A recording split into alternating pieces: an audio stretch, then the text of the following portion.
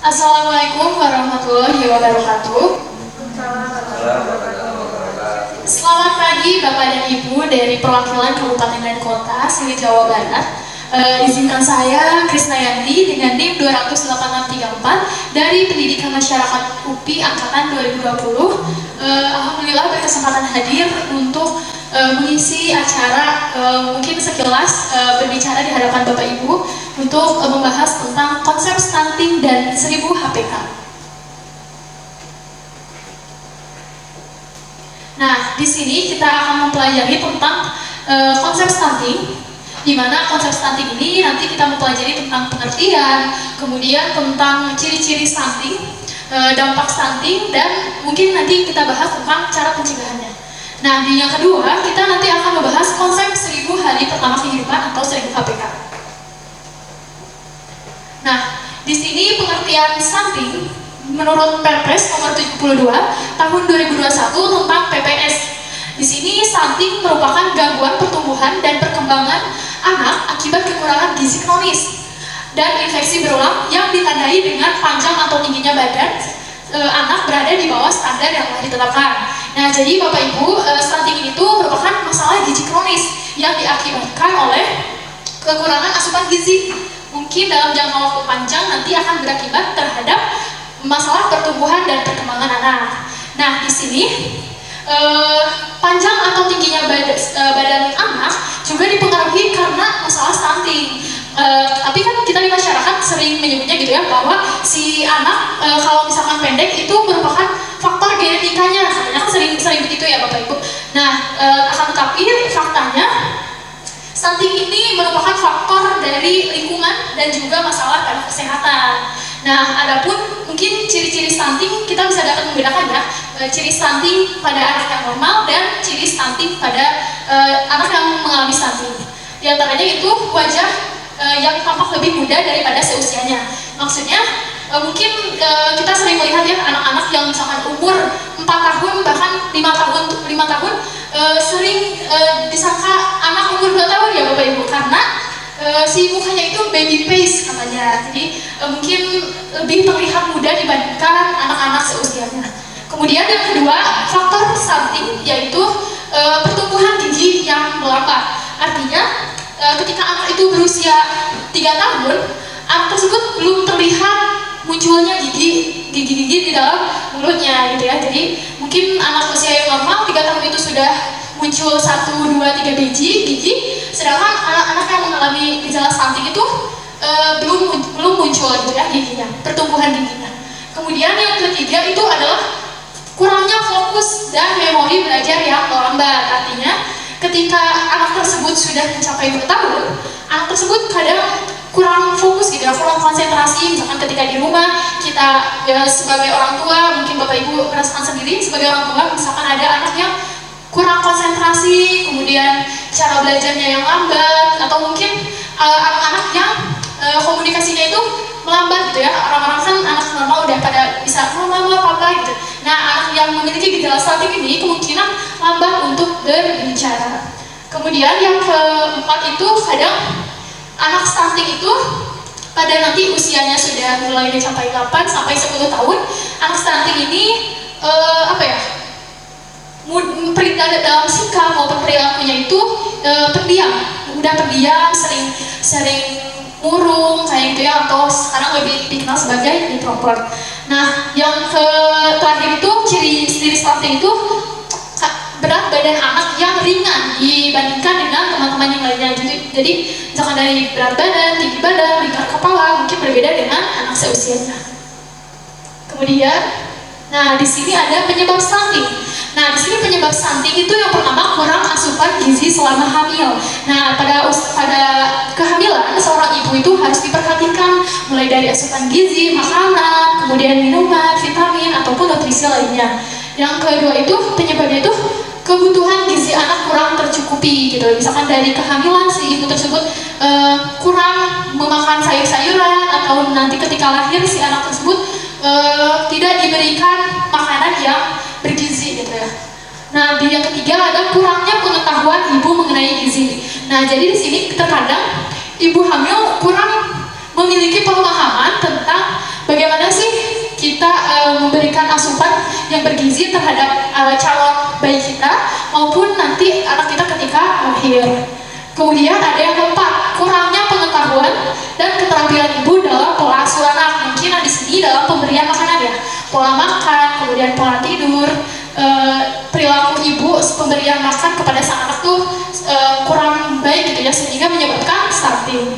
Kemudian ada terbatasnya akses pelayanan kesehatan. Nah di sini mungkin kalau di kota kan sudah banyak ya Bapak Ibu, sudah banyak puskesmas, kemudian rumah sakit.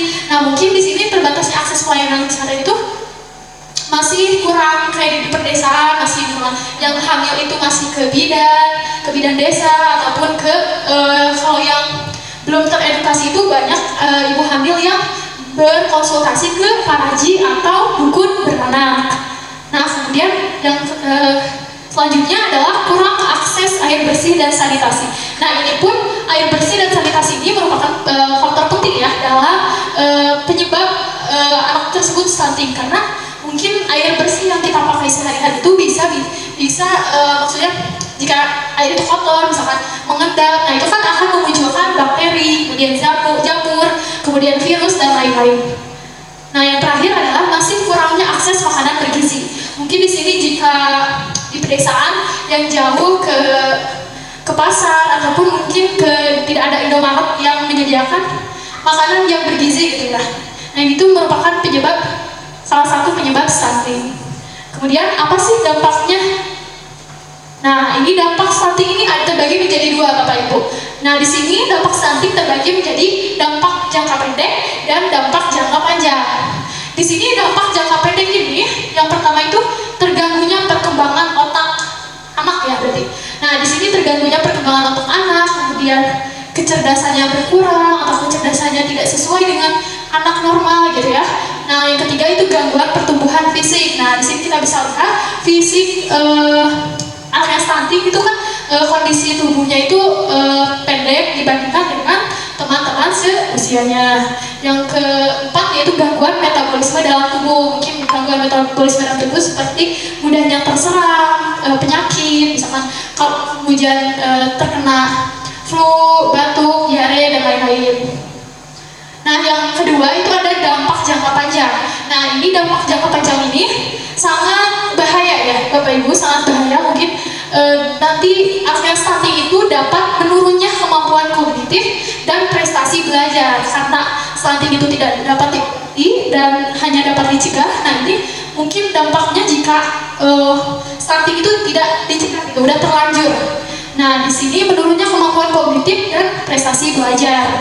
Yang kedua itu menurunnya kekebalan tubuh sehingga mudah terpapar penyakit. Yang ketiga, meningkatkan resiko memiliki penyakit seperti diabetes, obesitas, penyakit jantung, pembuluh darah, kanker, stroke, dan disabilitas pada usia tua.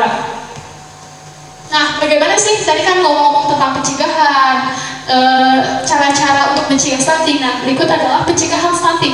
Yang pertama, memenuhi kebutuhan gizi sejak remaja dan hamil.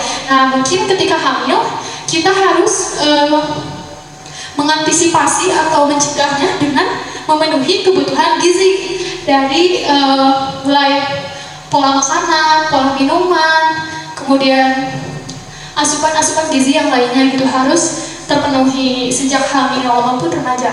Nah yang kedua itu beri ASI eksklusif sampai bayi berusia 6 bulan. Nah di sini yang seringkali anak yang stunting itu tidak diberi ASI eksklusif oleh sang ibu kepada anaknya. Tidak diberi ASI eksklusif, misalkan hanya 1 bulan ketika anaknya lahir. Nah ini tuh harus diberi ASI eksklusif Bapak Ibu selama 6 bulan. Nah yang ketiga itu dampingi ASI eksklusif dengan MPASI yang sehat. Nah setelah kita memberikan ASI eksklusif, kemudian kita diimbangi dengan MPASI, makanan pendamping ASI, seperti misalkan kalau udah anak berusia 2 tahun, kita bisa mencampurkan makanan dengan sayur-sayuran yang di blender sehingga anak itu tidak apa ya istilahnya, kalau yang tidak punya gizi itu masih bisa menelan karena si makanannya sudah tergiling oleh blender. Nah yang keempat itu terus memantau tumbuh kembang anak. Nah kita sebagai orang tua tentunya harus memantau tumbuh kembang anak di rumah gitu kan, karena mungkin ketika kita pulang kerja ataupun bapak ibu yang bapaknya kerja selesai, banyak kerja. Nah, kita harus mengkontrol tumbuh kembang anak. Apakah anak itu bisa berbicara, apakah anak itu sudah bisa berkomunikasi, berjalan. Nah, itu tuh harus dipantau ya Bapak Ibu. Nah, yang kelima, selalu menjaga kebersihan lingkungan. Nah, kebersihan lingkungan ini termasuk tadi sanitasi dan air bersih. Nah, menjaga kebersihan lingkungan di dalam rumah, kemudian di kamar mandi harus bersih, dan tempat-tempat yang sering dikunjungi. Kemudian ketika kita menjaga kebersihan lingkungan, apa tidak salahnya gitu ya, karena kan kebersihan sebagai dari iman, sebagian dari iman gitu ya. Jadi sangat gampang gitu Bapak Ibu dalam pencegahan stunting ini, dalam kelima ini sangat ini pencegahan intinya gitu ya. Nah, di sini saya akan menjelaskan konsep 1000 hari pertama kehidupan. Nah, untuk Bapak Ibu yang masih belum mendengar gitu, apa sih konsep 1000 HPK? Nah, di sini 1000 HPK itu adalah masa awal proses kehidupan manusia yang dimulai sejak masa kehamilan, masa bayi, kemudian masa hingga si bayi itu berusia 2 tahun. Nah, adapun bagaimana sih cara ngitungnya? Cara ngitung konsep 1000 HPK itu dari mana? Kadang kan bingung ya. Nah, hitung konsep 1000 HPK-nya itu dari hari ke-0 ketika kita tahu bahwa si janin itu sudah jadi gitu ya, sudah positif hamil gitu ya, embrionya itu. Nah, itu sejak yang meliputi 270 hari selama dalam kandungan dan 730 hari masa menyusui sampai 2 tahun. Nah, apa sih pentingnya 1000 HPK? Nah, ketika anak mengalami pertumbuhan otak dan otak dengan sangat pesat gitu, nah ini tuh terjadi di masa 1000 HPK atau kita sering sebutnya golden period. Nah, di sini golden period, kenapa sih disebut golden gitu? Emas kan, masa-masa emas pada usia segitu tuh kenapa? Karena di masa segitu tuh terjadi pembentukan organ vital, pematangan sistem pencernaan, dan perkembangan kognitif serta imun atau daya tahan tubuh. Jadi usia segitu tuh masa emasnya, jadi harus dibentuk gitu Bapak Ibu tentang perkembangan kognitifnya, karena kan pada usia anak segitu tuh si anak tuh mereka memorinya tuh sangat kuat gitu. Nah, pemenuhan gizi yang baik selama 1000 HPK juga akan membuat kemampuan anak untuk bertumbuh kembang menjadi lebih baik. Nah, kayak tadi, kayak kebutuhan gizi harus terpenuhi, kemudian faktor lingkungan yang bersih. Nah, itu tuh dijaga ya selama 1000 hari pertama kehidupan agar anaknya tidak mengalami stunting. Nah, di sini ada tahap 1000 HPK. Yang pertama itu ada tahap kehamilan. Nah, di sini bayi sepenuhnya tergantung pada ibu untuk menyuplai nutrisi yang dibutuhkan dalam membantu pertumbuhan dan perkembangan organ secara baik. Nah, di sini kan bayi itu tidak bisa makan ya, hanya makan itu melewati mulut ibunya. Jadi di dalam tahap kehamilan ini orang tua yang sepenuhnya memberikan asupan untuk membantu pertumbuhan dan perkembangan anak. Nah, yang kedua itu tahap 0,0 sampai 12 bulan. Nah, di sini sudah terjadi nih. Sudah terjadi anak itu udah mulai bisa merangkak, kemudian dari misalkan yang masih di bedong ya, sudah bisa merangkak, sudah bisa minum menyedot minumnya sendiri gitu ya. Nah, di sini tuh terjadi fisik yang sangat besar. Awal perkembangan kemampuan berpikir, kemudian berkomunikasi, dan masa belajar untuk dapat berteman. Nah, yang ketiga ini ada tahap 13 sampai 24 bulan. Nah, di sini anak sudah bisa berjalan ya, sudah bisa berjalan, bergerak, dan selalu ingin tahu gitu apapun yang dilakukan ibunya, si anak itu selalu mencari tahu. Hal ini ditunjukkan dengan perkembangan yang sangat pesat pada kemampuan fisik dan berpikirnya gitu. Tadi kan udah bergerak, bisa berjalan, nah itu kemampuan fisiknya kan. Kemudian berpikir, dia ingin selalu ingin tahu. Nah, di sini ada nutrisi nih yang harus dibutuhkan, yang harus diasupi nutrisi ibu hamil gitu, oleh ibu hamil. Yang pertama itu protein. Nah, di sini protein ini merupakan nutrisi yang penting ya bagi ibu hamil, karena protein ini adalah zat yang bisa membentuk seperti rambut, kemudian tulang-tulang dan lainnya gitu. Nah, protein ini terdiri dari telur, daging ayam, daging sapi, kemudian sayur-sayuran. Nah, di sini karbohidrat. Tentunya ya, ibu hamil itu sangat membutuhkan karbohidrat untuk asupan energinya. Energinya berupa misalkan bisa dari kentang, bisa dari jagung, dan bisa dari nasi yang biasa kita makan sehari-hari. Yang ketiga adalah lemak. Nah, di sini lemak itu bisa berupa ikan, susu, keju, dan lain-lain. Kemudian ada serat, nutrisi serat seperti sayur, bisa dimodifikasi menjadi salad gitu ya kalau sekarang. Nah, yang kelima itu zat besi. Yang keenam asam folat. Yang ketujuh kalsium seperti susu harus terpenuhi juga. Yang kedelapan vitamin D. Yang kesembilan kolin. Nah, kolin ini tuh seperti kayak kacang, coklat, kemudian ikan-ikan yang berbau amis itu. Nah, kalau di masyarakat kan ibu hamil itu pantang ya, ada katanya pantrang terhadap ikan-ikan yang berbau amis. Nah, itu tuh salah ya ibu. Ikan itu justru lebih baik dalam mengisi nutrisi yang dibutuhkan ibu hamil. Nah, yang ke-10 itu vitamin C. Vitamin C ini bisa berbentuk buah-buahan dari jeruk ataupun dari obat yang mengandung vitamin C. Yang ke-11 itu adalah iodium. Yang ke-12 ada zinc. Dan yang ke-13 adalah asam lemak. Nah, mungkin jika Bapak Ibu sudah menerapkan nutrisi yang dibutuhkan ibu hamil ini, mungkin bisa salah satunya atau beberapa yang diberikan kepada ibu hamil, nah insya Allah atau dipastikan si anak tersebut mungkin terhindar dari stunting karena kan pola gizinya terjaga, kemudian lingkungan yang bersih, dan faktor-faktor lainnya. Mungkin cukup sekian dari saya. Ada quotes, mulailah hidup dengan tubuh yang sehat dengan makan makanan yang bergizi, karena tubuh yang sehat adalah aset kebahagiaan. Mungkin cukup sekian dari saya. Mohon maaf bila ada salah kata.